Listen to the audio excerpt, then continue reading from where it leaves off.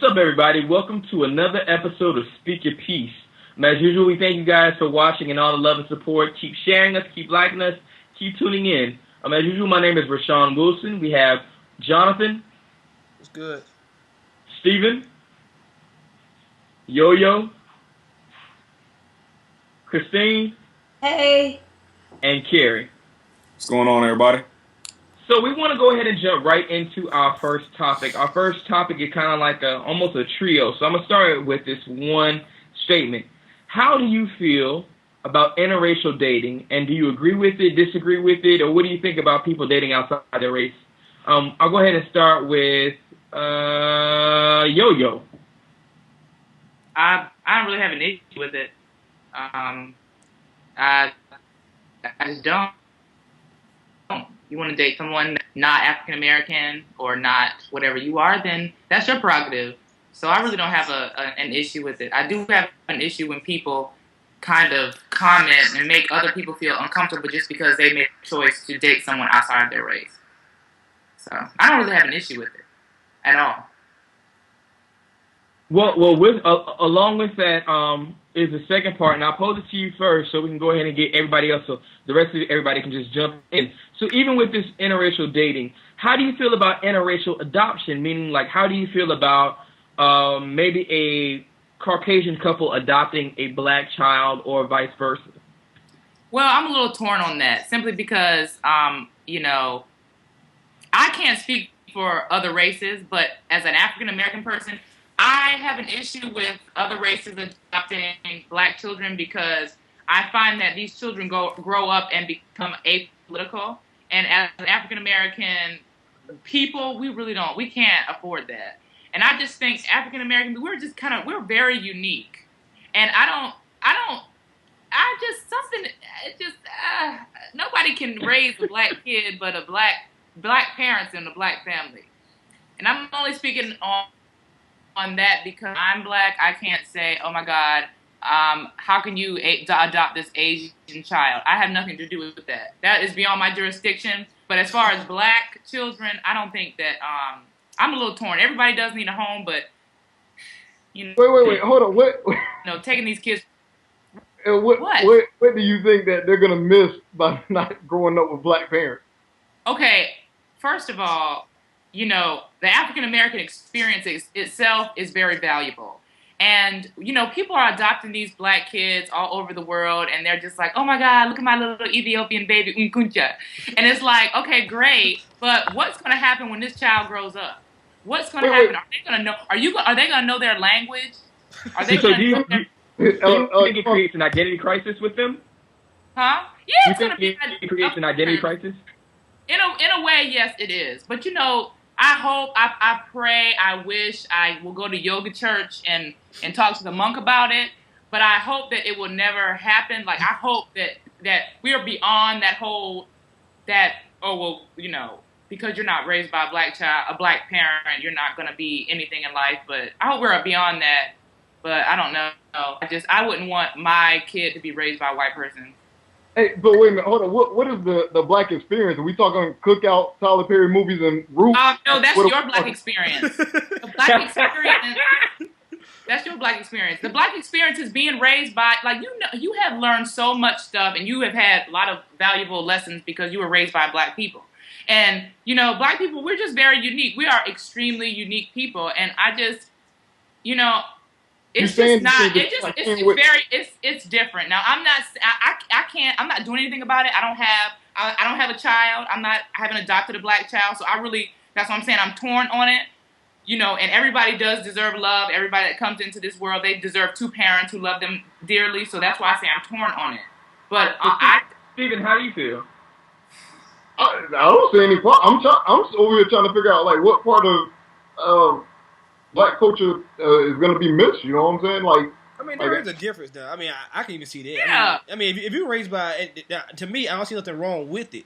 But there is a difference. If you're raised by a black mom and a black dad, you're gonna do certain things culturally that you won't do with a white dad and a white mom. That's just common sense, there now. Jonathan, can I ask you a question? Yeah, go ahead. So how do you feel about interracial dating then? Oh, I don't find nothing wrong with it. So would it create an identity crisis for kids raised in an interracial family, how would that work if they're raised by a white parent and a black parent? Is there one culture that they should receive more than the other? Or will they become confused if you're going with this whole very good question. They're missing out on that cultural aspect? No, that's a very good question. But this is the thing, though. If you got an interracial couple or interracial marriage, then y'all already got some common ground anyway. So if the kids being raised in that, then they're going to get the mixture that the mother and father already had from the get-go. So there won't be any torn thing going on. I mean, they're going to be raised in a family that has a mother and a father that has already found some common ground. So they got some common things in common that, that they actually do. So it won't be the same thing. The reason why I asked that is because I grew up with someone that was interracial. I grew up with a lot of people that were interracial, but this one person in particular, they spoke on how it was difficult for them to understand who they were because they weren't black enough or they weren't white enough. When they went to their black family or their black friends, they weren't black enough. When they were with their white family and white friends, they weren't white enough. So it could happen that even in that environment, if your parents in your house have that common ground, there's sometimes you have to step outside of your house. So that's why I asked that question.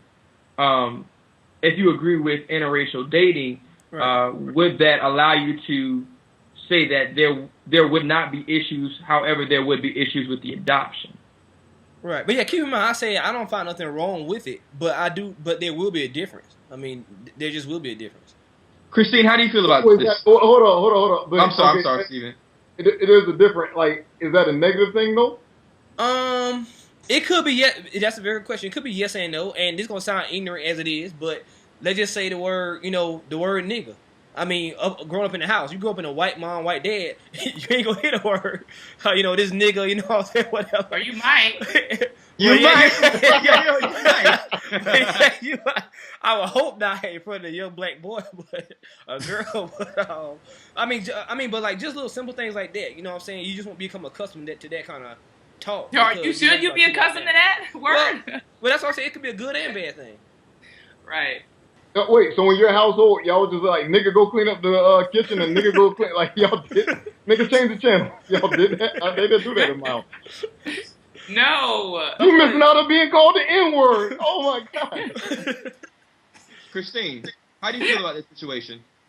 Honestly, I don't have a problem with it. I think that they're gonna be, if they're gonna care for the child, why not? So Carrie, how do you feel about this? If I had to adopt, I would select an African American child. That's just the type of child that I would want to raise. If I had to adopt, that's just my own personal preference as kids go, And Stephen, I'm not sure if you answered. Would you adopt? If you had to adopt, would you adopt? Or would you adopt someone outside of your race? Absolutely, yeah. If that person needed a home, absolutely. Why not? I mean, I guess I had to take them to every single cultural museum of their cultural background, I guess. Just got to make an effort. Okay. Yeah, and I'll go ahead and close out and say that I'm the same way, Stephen. I would actually adopt someone outside of my race, just because growing up in a multicultural environment, I don't see a problem in it. I do see the cultural. Sometimes there might be cultural identity crisis that could occur, but still, yet in the end of the day, a child needs love, and I think I could provide any child of any race love. So that's it. We can go ahead and move into the second topic. Go ahead and jump into our second topic. Second topic kind of deals with relationships and status, but not as far as in status as a relationship, but individual status. Let me ask you guys this question. Do you have set standards or some type of standards when it comes to dating someone? Let me just ask two people. Christine, what are some of your standards when it comes to finding a potential man or boyfriend? You know what number one is? A man of God. He got the love. There you go. Ain't nothing wrong with that, sister. Yeah, name like two or three, your top three qualities you need in a man. I like a guy that's tall. I like a guy that I can connect with. Everything else is pretty much going to be about connection. Like my physical attributes, I just got to be attracted to you. I'm attracted to a lot of different types of guys. It's not just one specific guy, so I can't say that. That's about it. I'm simple. Okay. I think. And I'll ask Steven the same question, and I'll pose a question for everybody. Steven, what about you? You know what his number one is too? What? She gotta look good. She gotta be fine. You know what? I'm beyond all that, man. Be honest with you. I actually take I take the mindset that I ain't above cooling with nobody. To be honest with you, man. I mean, if I'll at least give you a chance, man. You know, if you want to hang out, chill. I mean, chances are it might not be going anywhere, but I mean, I'll still give you a chance. You might change my mind. All right. The reason why I'm asking this question is brought up to us that sometimes that we don't lower our standards to date certain people, and sometimes those standards go as far as an educational standards or financial standards. So I'm asking you guys this as 6 educated African American people who are doing well for themselves. Do you find it hard to date someone that does not have the same educational status as you or the same financial status as you? Jonathan. Let that out. If you got the same educational status as me and you don't have the same financial status as me, then maybe I can think about it. But if you don't got the same educational status as me and you don't got the same financial status as me, then no, probably not. Because in reality, man, I got bills, which means you got bills. And I ain't trying to pay my bills and your bills because the educational status I got, I ain't done paying that off yet. So, yes, status does matter to me. So, now the same financial status as you means that they might be in the same bracket as you or around the same amount. So let's just hypothetically say that you make $40,000 a year. Is that saying that anyone that drops below 35 or 35 you're not going to date because they don't have the same financial status as you at the present time? I'm a big believer in dreamers, or people that actually got goals, you know what I'm saying? So if you have a goal that you set, that you say, you know what I'm saying, well, I may be making $30,000 now, but my dream is to make this amount because I want to do this and I got a plan to get there, I can fool with you then. But if you have no goals to get nothing higher than what you are, then no, I can't fool with you because, like I said, in reality, people got bills. And I ain't trying to pay my bills and your bills because you ain't got no goals. So, no.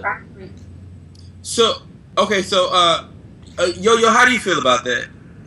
Well, as far as educational standards, I don't really care about that because most millionaires didn't go to college, but the people who work for them do or did. So I don't care about that. But as far as money, yeah, that's important. You have to have your own, and you got to have more than me. Because believe it or not, money is a big issue when it comes down to dating. If you can't go out and if you can't do things and you always stress out about money, it is not going to work. Love all of these people. Oh, we're in love. Love will pay our bills. That's a lie. That's a bold-faced lie. Yo-Yo, what's so interesting, I'm glad you said that. What's so interesting is that we had a similar conversation on our first show when we dealt with love or money. And Jonathan actually said that he would choose love over money, but now it seems like he's choosing money over love, which is very interesting. Two totally different questions, first off. Because, for one, this whole thing, I would never fall in love with you if you never had no money from the get-go. The question was love or money. Which one would you choose? So love, how you fall in love with someone is according to their status and not it all their plays being. a part. Yes. If I have a very beautiful wife, and my wife was some ugly dog, I probably wouldn't be in love with her right now because I never would have known her enough to fall in love with her. So, yeah. So you would never get to know someone who makes $20,000 a year? At my age now? The reason why I'm saying that is because when you're married now, but for me, and I'll ask Carrie and Steven and Christine this, and you guys can chime in, being single, when you are hooked up with someone or you meet someone, the first question, second question, heck, sometimes fifth question is not how much money you make. Because that, in the beginning, initial stages of dating is very invasive. You might ask where they work, their occupation, but you never ask. I think for me, it's very disrespectful and shows a lack of couth to ask someone, how much money do you make on the first date or second date? All those other questions. Oh, so where do you work? You get an idea what the salary cap is for that job? What are your goals? Well, You're going that direction. Honestly, oh, you, go ahead. Go ahead. no, I was just saying, like, honestly, I do. I mean, you want to know what this person's goals are, like Jay Scott said. You want to know those things Yeah. because then you have an idea of what direction this person is headed. And if this person is a drug dealer, then we ain't going to They making money. I mean, they might be making money, but we know that's temporary. And it's all cash, so somebody can take that tomorrow. But if you got, someone who's business minded and they're just not where they want to be at the time, but they're making strides to get there, then you can work with that. Yeah, I can work with that. Yeah. Yeah, I agree with that. Well, my question was related to the falling in love part. And in order to fall in love, you have to date them. And I do agree with you, Christine. You do ask questions to get an idea. Hypothetically, someone could say that I work for Deloitte. And you can be like, oh, but they could work in a mailroom. And you never know. Then you say, what do you do? What do you do for Deloitte? Oh, you work in the mailroom. I'll receive and send out important information. So, Carrie, how do you feel about this whole issue and topic? When it comes to the educational status, I'm not really partial to anybody that has a college education. That's fine if you do. But there are a lot of people that are knowledgeable about current events and a lot of things that didn't have to go to college to get that type of education or knowledge that they have. You can still carry on a lot of good conversations with people that never even went to college. So that's not a big issue. As far as the status, I think that at the point that I'm at right now, if you have less than I do, that's fine as long as you are aspiring to get more, because I myself am not where I want to be and I'm aspiring to have more. So if we're in that same boat, we're both trying to get there at the same point in time, I can't fault you for wanting to have more when I myself have that same aspiration. Okay, let me rephrase what I said. I agree with Carrie and I agree with Christine as well. I think I'm on okay, we can't further our relationship if you are making no money and you live with your mama. But if you live by yourself and you make $20,000 a year and stuff, that's cool because and you have goals, that's cool. But if you are just kind of not really doing anything and you live with your mama, I don't know about that. So what if he lives with his mama, but he does still have ambitions and goals and he's working on them? That's possible. But I can't do that. You can't live with your mama after the age of 21. That's strange. You said it's strange? Yeah. With him having that ambition and those goals, but living with his mother, is that putting a part of his manhood into question for you? His ability to take care of himself, his ability to take care of you? Yeah, I can't. Nothing disgusts me more than a guy who's grown over 20. I'll give you 22, over 22, and you live with your mama. Really?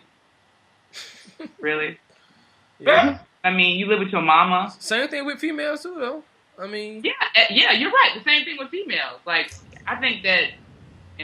How you doing, Miss Jenkins? Do you think that men get more of a hard time with things like this than females? Say it again. Do you think that men receive a harder time dealing with making money and living with their parents still at a certain age, more so than females? And I think they should. Well, definitely.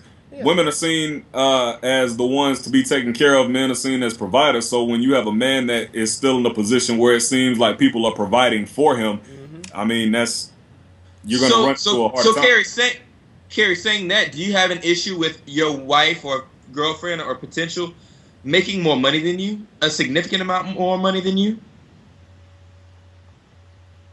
I'm not in that situation now. I can't say. I would like to we're not in a lot of these situations, but we can speak on it. I would like to say no, I don't. But, I mean, unless I'm ever in that situation, I can't say for sure. I would like to say no, though. I would like to say no. Carrie say, can we get a definite answer, please? Man, hey, I'm okay. I'm okay with it. I'd like to say no. But, I mean... we need a definite answer on right now, I'm going to say no. Right now, I'm gonna say no. I don't have a problem with it. Steven, what about you? That was a tough one. That was a tough one. But I'm gonna. I mean, yeah, it really is like. I'm gonna say. I'll be cool with it, man. I'll be cool with it. I mean, I guess maybe certain situations may be uncomfortable. You know, I don't know. Take my card here.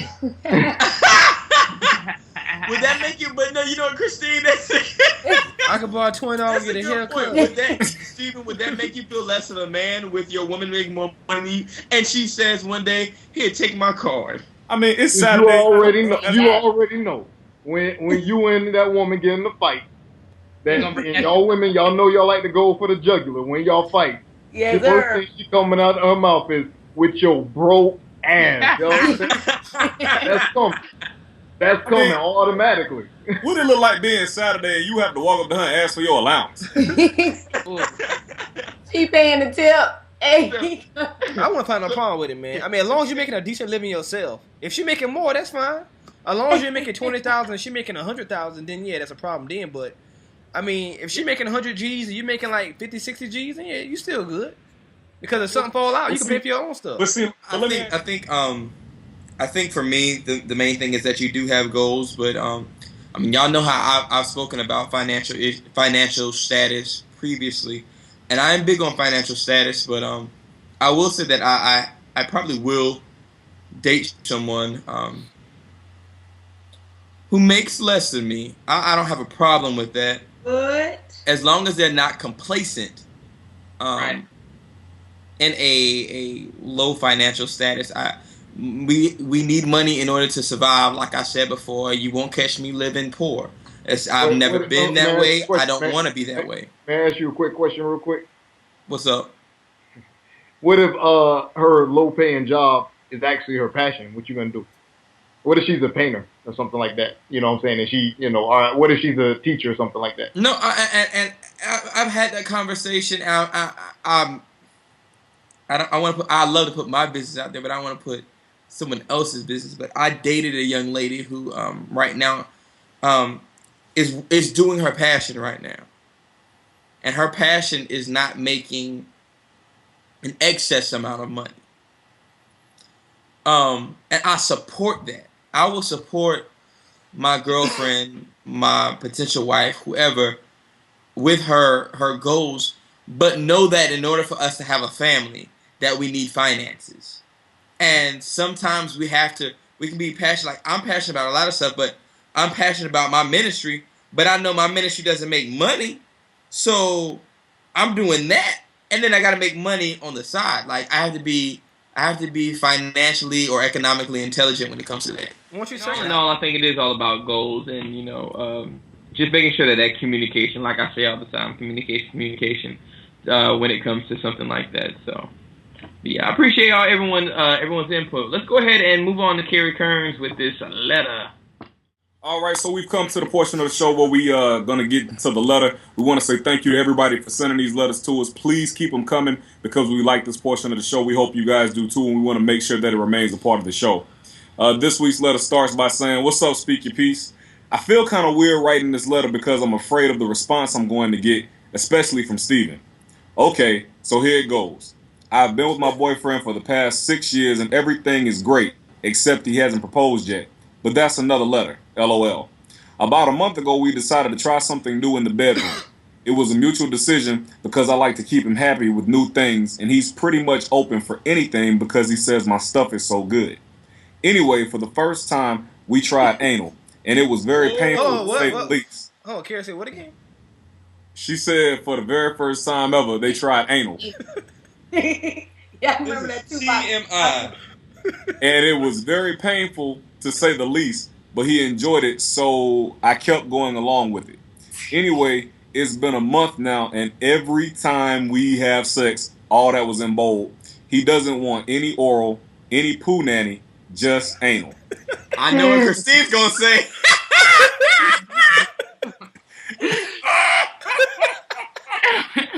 I'm sorry. Let's not laugh. All right, I got to get through the letter. I've gotten used to it now, so the pain isn't bad, but it worries me that this is all he wants. He wants to begin and finish back there, and I just don't want him to make it a habit and him possibly turn to guys. Is that possible? Is this just a phase? Before you guys say cut the anal out, the last time we had sex, I told him I don't feel like it tonight doing anal, and he said, never mind, he was tired anyway. Wow. What should I do? Hey, best letter ever. Epic. I said the same thing in my head, Steven. Best letter ever, man. What? Short, sweet. Is that it, Karen? So what? Is that it, man? Man, I really couldn't hardly get most of the letter out because you were laughing so hard. Like, I'm trying not to laugh and reading this letter just so they can know what's going on. Go ahead and finish it, Kerry. Go ahead and finish it. Nah, it's done. I did. I finished it. Basically, That was short and sweet. I mean, yeah, What's she said What's the question? she tried something new with a boyfriend. All he wants is anal. And the one night that she said that, you know, she didn't feel like doing it, anal, that is. It wasn't she didn't want to have sex. She just didn't feel like doing anal. He was like, nah, never mind. You know, I was tired anyway. She wants to know, is it possible that he could turn to guys? Is it just a phase? And, yeah. Those are her two questions. What No, should she it's answer? Here, are you starting off with this first? Nah, y'all have at it. Y'all have at it. Christine, No, let Kerry, let Kerry go. say something. Yeah, Karen, please. Go ahead, Karen. I don't know, man. Like, I really don't know. Like, I mean, I've never been asked anything like this before. I don't want to comment on it. I really don't know. Like, I don't know what's up. Like, seriously, like, to the point where he don't want absolutely anything else anymore at all. Like, period. She said it's been going on for months. Well, he hasn't wanted anything. Like, Whoa, I can imagine. yeah, I mean, she said it's been a month, and that's all he wants now. I guess the only thing about it is at the end of the letter when she was like, they were gonna have sex, and she was like she didn't want anal. And he didn't want the other He didn't want to do anything else after that. I mean, Okay, all right. Can I say something? Go right ahead, man. I'm trying to say this. Trying to say this in the most tactful manner. Well, one other problem outside of the obvious, I'm going to go for something that no one else is probably going to say, is that, well, within this relationship, he's becoming selfish in his wanting and not understanding what she wants, as far as when it comes to the sexual nature of their relationship. Because he's becoming selfish because he's only wanting to please himself and not please his girlfriend. And if you guys are in a relationship, of course I'm going to say the Christian thing, you shouldn't be having sex. But if you're going to have sex, it needs to be something that is mutual, and not something that you just want and she doesn't. And I think that she gave him an open door for him to do whatever he wants and not think about her because she's been doing it consistently. Literally. And she hasn't been liking it. And you should have said something from day one after you didn't like it and say, this is not for me, instead of continuing to do it. Well, maybe she continued to do it because she thought maybe it would get better. Yeah. Well, now she that it's said- not she said it got better, right? and he says that he doesn't even want your other female part, I think it's time for you to have a conversation and be like, what's wrong with me? Knowing that there's nothing wrong with you, ma'am. I'm not saying that there's something wrong with you. But pose that question to him. What's wrong with this part of me? And see what he says. He said she had the best sex. Huh? He said her stuff was good. That's Yeah, what I was about to say. That's exactly what I was about to say. Because, all right, so let's go ahead and address the clear elephant in the room here. Because, ma'am, if you are that confident on your game there, edit there, insert whatever you think I meant right there. If you are that confident on your game, there's no way in the world any dude is gonna pass up some good ass to get in ass. It's just not happening. It's not happening. So I'm afraid to tell you, your boyfriend's a homosexual. Hey, you know what? I second that motion. Can I ask you a question? I'm not defending that because I believe that also. Never mind, I can't even ask that because I believe it. Did you say fifth? Yeah. Yeah.